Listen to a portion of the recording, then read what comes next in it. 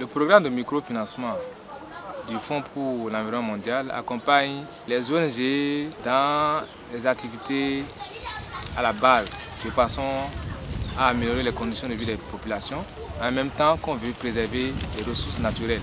Dans la commune de Bopa, nous accompagnons l'ONG JVE. Cette ONG travaille pour promouvoir des activités génératives de revenus afin de venir en appui aux populations auxquelles on demande de faire des efforts dans le cadre de la préservation des ressources naturelles. Nous savons qu'aujourd'hui, le lac Aimé a des problèmes, les ressources sont dégradées et lorsque les pêcheurs vont dans une activité de pêche, ils n'arrivent plus à avoir de poissons depuis plusieurs années.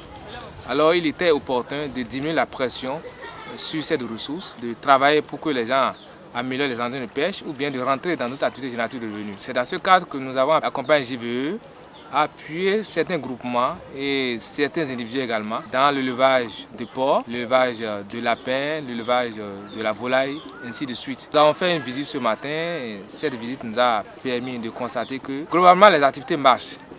Mais il y a quand même quelques problèmes. Le premier problème que nous avons identifié, c'est la question de l'accès au marché. Nous avons également remarqué que certains éleveurs ont connu des pertes de cheptel. Et à ce niveau, on a remarqué que c'est l'encadrement officiel qui fait défaut. Parce que les ONG ne sont pas des spécialistes de la santé.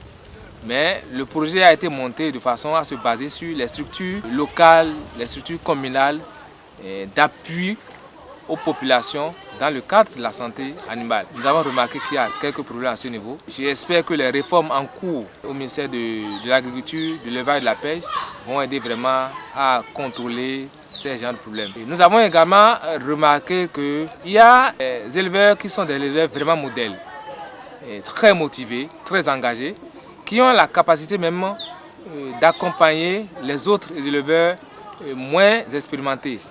Mais ça veut dire qu'au plan local, il y a aussi une petite organisation à faire en termes d'entraide communautaire pour que l'activité marche mieux pour vraiment ceux qui continuent encore d'avoir des difficultés. Nous avons fait un travail ici depuis un peu plus de 18 mois maintenant qui consistait à renforcer les capacités déjà des personnes que nous avons identifiées dans les communautés dans un certain nombre d'activités génératives de revenus, notamment la production porcine, la production de la volaille et de la pisciculture. Ça a très bien démarré.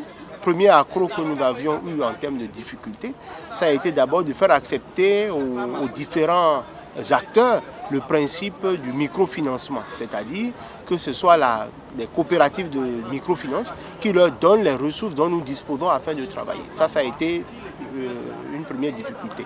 Deuxième difficulté, une fois que les activités génératives de revenus ont démarré, il fallait maintenant faire un suivi de façon à ce qu'on ait du résultat palpable sur le terrain. Ces différents résultats ont montré que nous avions fait un suivi axé sur le résultat, mais pas un suivi axé sur le résultat de développement. Du coup, qu'est-ce qui se passe? Vous avez des gens qui ont démarré certaines activités, mais qui ont du mal donc à trouver la chaîne de valeur, la chaîne d'écoulement des produits. Donc du coup, vous avez des producteurs qui se retrouvent avec un certain nombre de produits finis sous la main, ne sachant pas comment les vendre. C'est sur ces différents éléments que cette mission de suivi-évaluation a planché. Nous avons pu faire donc un certain nombre de recommandations ensemble et en ce qui concerne JVE Bénin, nous allons essayer de mettre en œuvre toutes ces recommandations afin de permettre d'une part la pérennité et la durabilité du projet, mais aussi que nous puissions atteindre l'objectif principal du projet qui est l'autonomisation donc des populations et bien entendu la réduction de la pression endogène sur le cours d'eau, c'est-à-dire le lac Aïd.